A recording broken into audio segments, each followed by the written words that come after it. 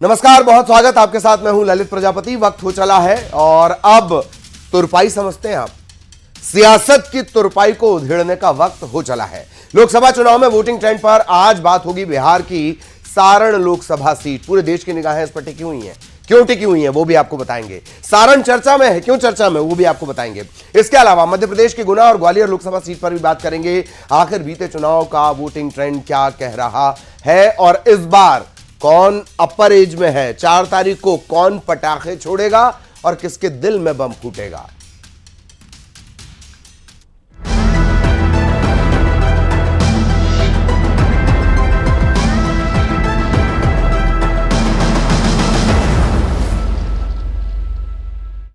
और सबसे पहले बात करेंगे बिहार की सारण लोकसभा सीट और 5वें फेज में 20 मई को यहां पर वोटिंग हो चुकी है। इसके अलावा सारण को आप कैसे जानते हैं? सारण को आप जानते हैं छपरा के नाम से। छपरा में चुनाव के बाद हिंसा भी हो गई, यह भी आपको जान लेना जरूरी है। आरजेडी और बीजेपी कार्यकर्ताओं के बीच जो विवाद शुरू हुआ वो खूनी संघर्ष तक पहुंच गया। हिंसा के दौरान फायरिंग हो गई, इसमें एक शख्स की मौत हुई है, 2 लोग बुरी तरह जख्मी हुए हैं। छपरा के भिखारी ठाकुर चौक पर शव के पहुंचने पर हंगामा हो गया और उसके बाद पुलिस को लाठियां चलानी पड़ी। पुलिस ने 2 दिनों के लिए इंटरनेट सेवा तक बंद कर दी है। इसी बात से अंदाजा लगा लीजिए, 2 दिन के लिए इंटरनेट सेवाएं बंद कर देना। एक और बात, भारत उन देशों में है जहां सबसे ज्यादा इंटरनेट सेवाएं बंद की जाती हैं। फिलहाल इलाके में पुलिस बल तैनात है। सुरक्षा को लेकर पुलिस पूरी तरह से अलर्ट है। यह हमने इस वक्त का अपडेट आपको दे दिया। यह भी जान लेना जरूरी है क्योंकि मामला यह चुनाव से जुड़ा हुआ है, इस वजह से यह स्थितियां हैं। अब लोकसभा सीट का वोटिंग ट्रेंड क्या कुछ कहता है, क्या इस सीट की पॉलिटिकल हिस्ट्री रही है, कब कब मतदाता निकला, कितना मतदाता निकला और हिस्ट्री क्या है और अपर एज किसे मिलने जा रहा है, यह जरा सारण को लेकर हम समझ लेते हैं। फटाफट हम इतिहास जान लेंगे सारण का और फिर जो हमारे सहयोगी उनके पास चलेंगे, उनसे जानने की भी कोशिश करेंगे। लेकिन सारण की स्थितियां क्या है वो जान लीजिए। सारण का वोट परसेंट सबसे पहले देख लीजिए। 2009 48.77%, 2014 56.10, 2019 56.56, 2024 54.85। वोटिंग कम हुई है। एक बात और, फर्स्ट डिवीजन ये सीट आपको कभी नजर नहीं आएगी।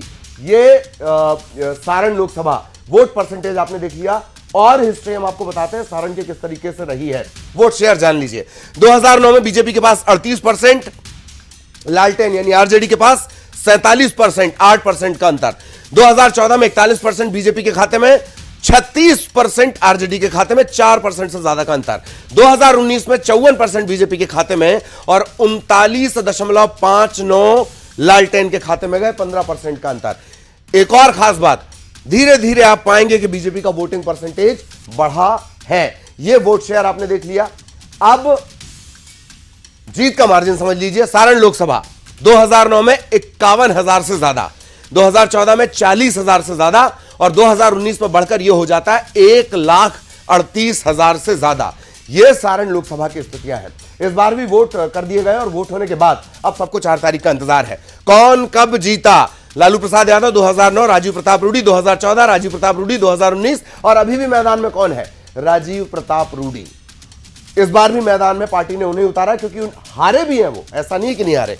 मुकाबला कैसा है? राजीव प्रताप रूडी बीजेपी की तरफ से, रोहिणी आचार्य आरजेडी की तरफ से। अंदाजा इसी बात से लगा लीजिए कि लालू लगातार अपना जो पूरा एक तरह से टाइम एक्सपेंड कर रहे हैं वो रोहिणी को जिताने के लिए लगातार वहां पर कर रहे हैं। कैंपिंग टाइप की वो कर रहे हैं। हमारे सहयोगी रवि एस नारायण पटना से हमारे साथ जुड़ रहे हैं। सारण के मिजाज को समझने के लिए उनके पास चलते हैं। किस तरह से हिस्ट्री रही है तो हमने आपको बता ही दिया। रवि एस नारायण हमारे साथ जुड़ रहे हैं, उनके पास हम आपको लिए चलेंगे और उनसे जानेंगे कि किस तरह की स्थितियां हैं। सारण में हिंसा भी हुई है, इससे लेकर भी उनसे हम बातचीत करेंगे। रवि एस नारायण, अभी हमने हिस्ट्री बताई है, किस तरीके से वोटिंग परसेंटेज रहा है वो बताया है। सारण में इंटरनेट बंद कर देना ये इस युग में बहुत बड़ी घटना है, तो आप मुझे वहां का अपडेट भी बताएं और यह भी बताएं कि 4 तारीख को कौन एज में नजर आता है या कितना कड़ा यह मुकाबला है। रवि, देखिए सारण की जब आप बात करते हैं तो आपने इतिहास पूरा बताया ही, लेकिन उसमें देखिए 1-2 चीजों का जानना बड़ा जरूरी है सारण को समझने के लिए।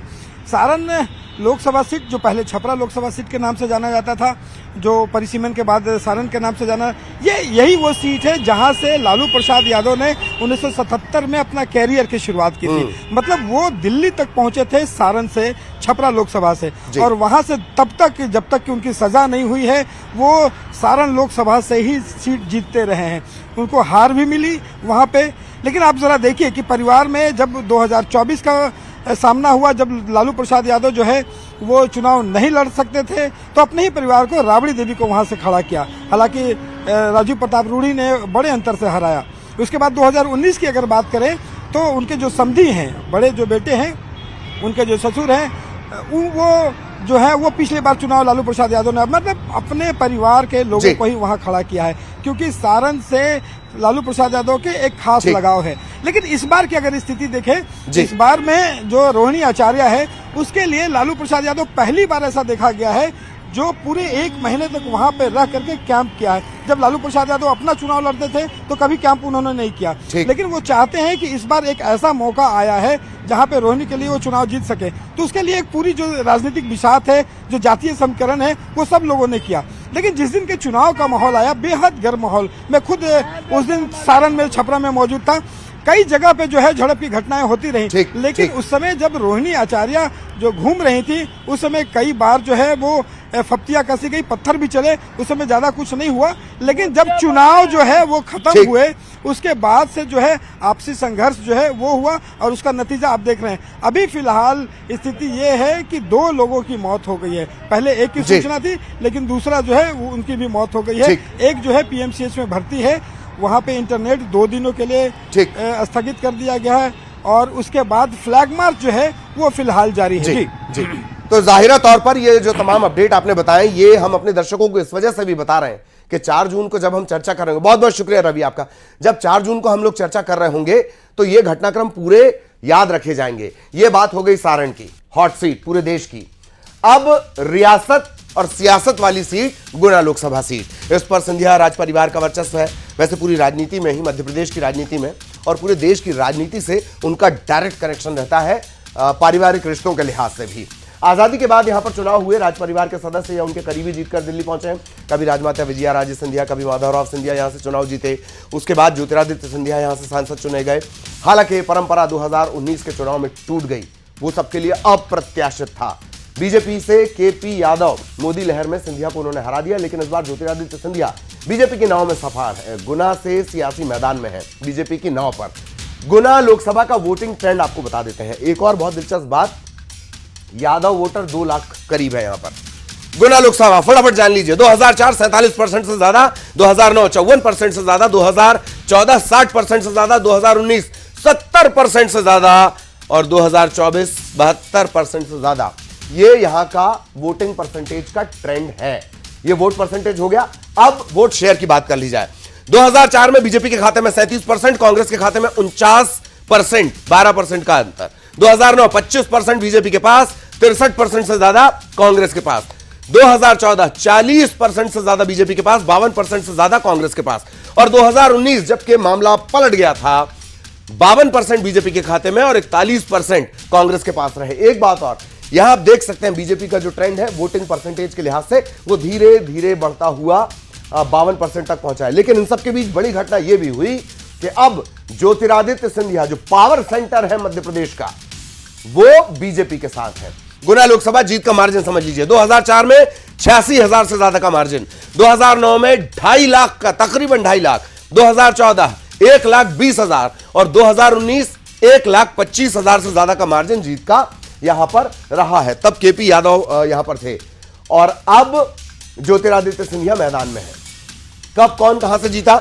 ज्योतिरादित्य सिंधिया 4, ज्योतिरादित्य सिंधिया 9, ज्योतिरादित्य सिंधिया 2014, केपी यादव, कृष्णपाल सिंह यादव ये 2019 में यहां से जीते। और मैंने कहा ना अप्रत्याशित, एक हेडलाइन का मैं बार बार जिक्र करता हूं, बिल्कुल हवा में नहीं है महाराज। इस बार के चुनाव में उनका पूरा परिवार मैदान पर लड़ता नजर आया।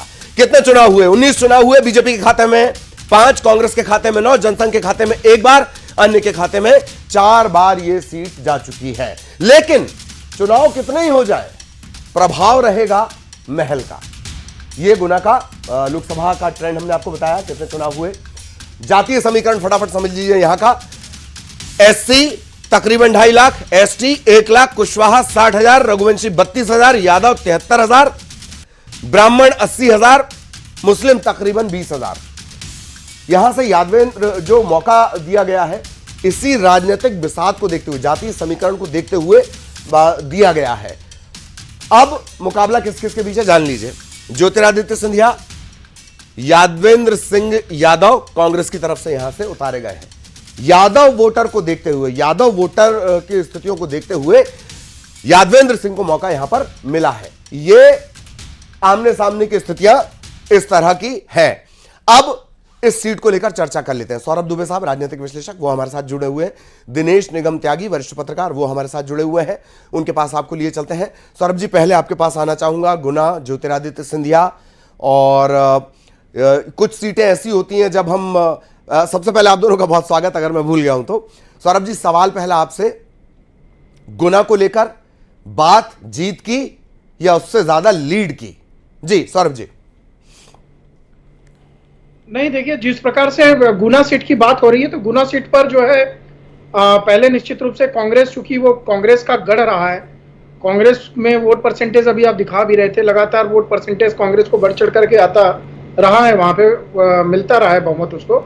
लेकिन 2014 से जब प्रधानमंत्री नरेंद्र मोदी जी के उनको नेतृत्व दिया गया और उनके नेतृत्व के अंदर इलेक्शन लड़ा गया, तो वहां पर वो पलटी मार गई चीजें, जो है वो बदलाव उसमें देखने को मिला।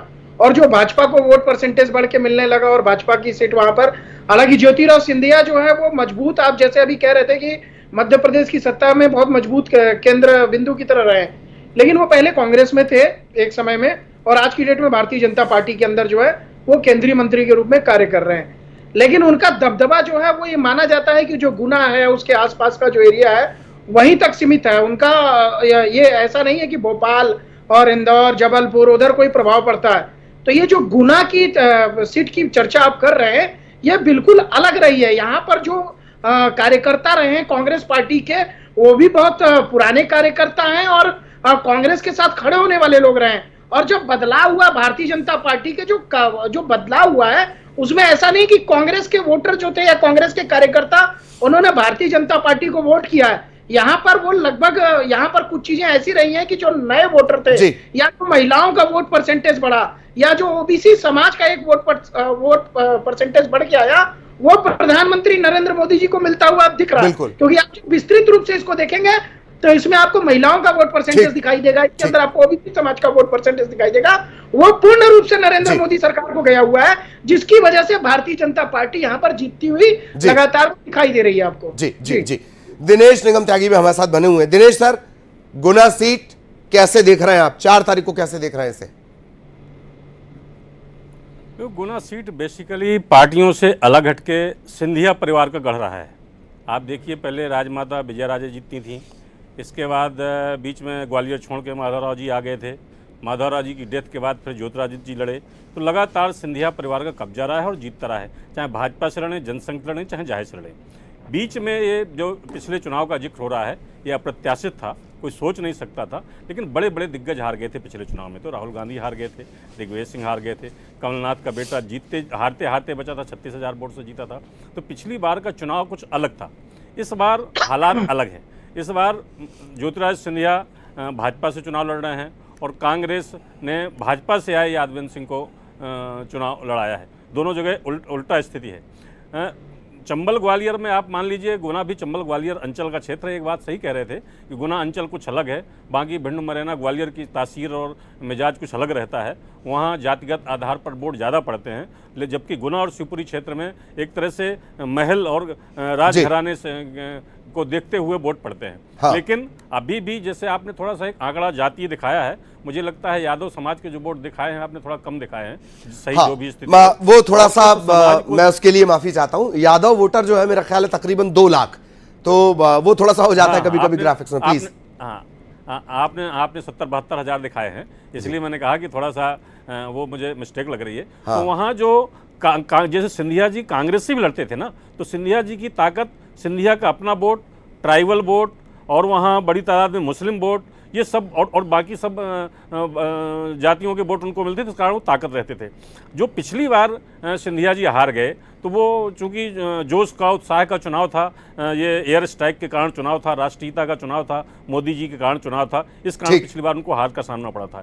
इस बार कांग्रेस ने, जैसे ये भाजपा में जाके चुनाव लड़ रहे हैं, कांग्रेस ने भाजपा से लाके किसी को चुनाव लड़ाया है। हालांकि विधानसभा चुनाव हार चुके हैं जो यादव सिंह लड़ रहे हैं, हाँ। लेकिन वहां फिर जातीय समीकरणों को साधने की कोशिश हो रही है। जी। सिंधिया के साथ सारे पिछड़े वर्ग के हैं, तो यादव समाज कटा हुआ है, लोधी समाज नाराज है, इसीलिए मुझे लगता है उमा भारती किसी एक क्षेत्र में मध्य प्रदेश में आई तो सिर्फ गुना में आई और कहीं नहीं आई। सिंधिया को चिंता है कि जाति समझ गड़बड़ा ना जाए, तो पूरी ताकत लगाए हुए हैं, पिछली बार के कारण फूंक फूंक कर चुनाव लड़ रहे हैं, लेकिन लगता नहीं है कि सिंधिया को कोई नुकसान होगा, वो आसानी से उन्हें जीत जाना चाहिए। जी।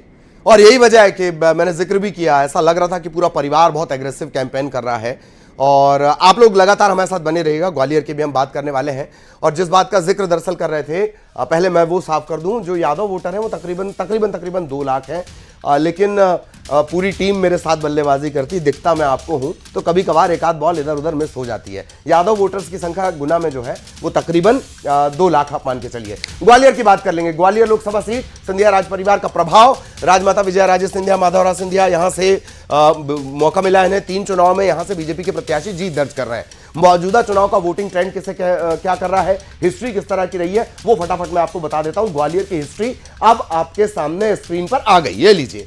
ग्वालियर लोकसभा 2004 40% से ऊपर, 2009 41% से ऊपर, 2014 52% से ऊपर, 2019 59% से ऊपर, और 2024 में 62% से ऊपर यहां पर वोटिंग हुई है। ये वोटिंग की हिस्ट्री हमने आपको बता दी। वोट शेयर जान लीजिए फटाफट।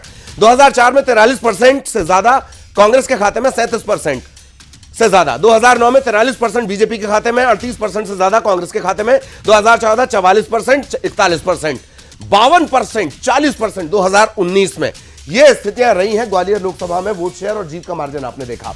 अब जान लीजिए कि मार्जिन कैसे हुआ। 2004 में 35,000 से ज्यादा की लीड, 2009 में 26,000 से ज्यादा की लीड, 2014 में 29,000 से ज्यादा की लीड, और 2019 में यह बढ़कर हो जाती है तकरीबन 1.5 लाख।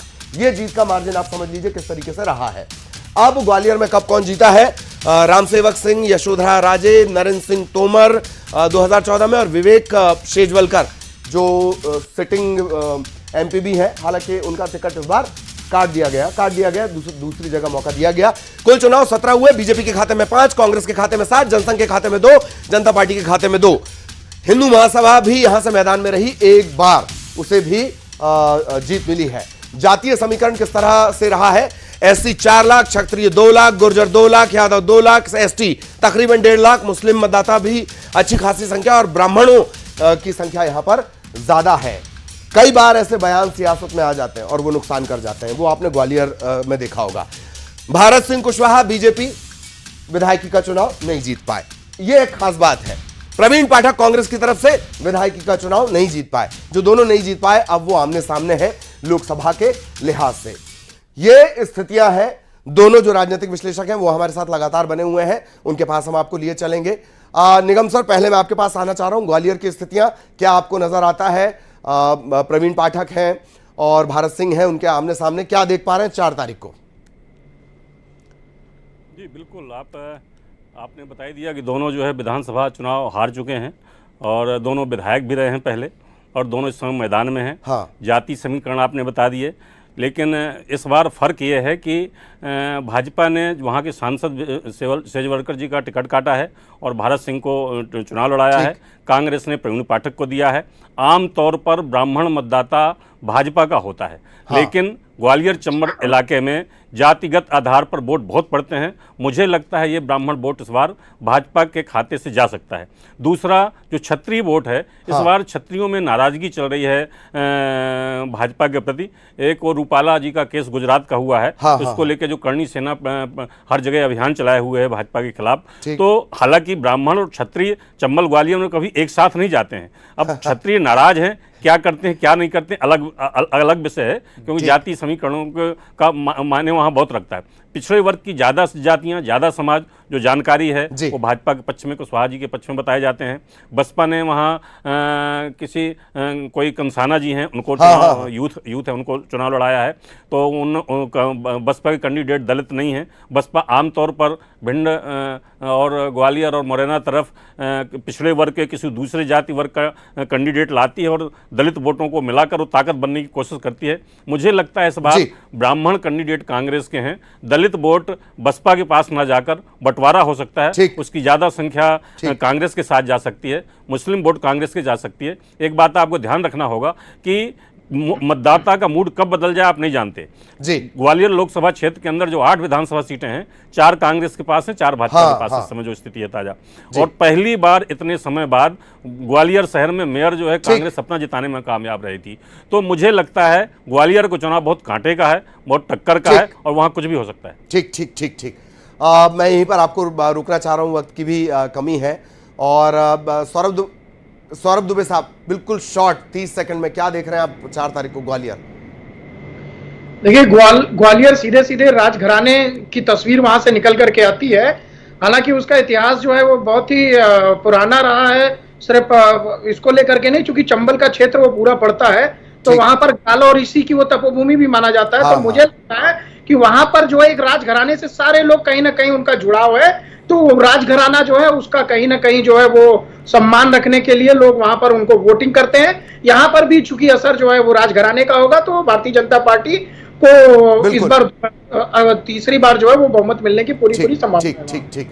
चलिए, बहुत बहुत शुक्रिया आप दोनों का हमारे साथ जुड़ने के लिए और ये डिकोड करने के लिए। सियासत को आप डिकोड कर रहे थे और 4 तारीख को जब चर्चा होगी, ये सब आपको बहुत मजेदार होने वाली है 4 तारीख। और वो तब मजेदार होगी जब डेली आप इसी तरीके से हर सीट को डिकोड होते देखेंगे। दर्शकों का भी बहुत बहुत धन्यवाद।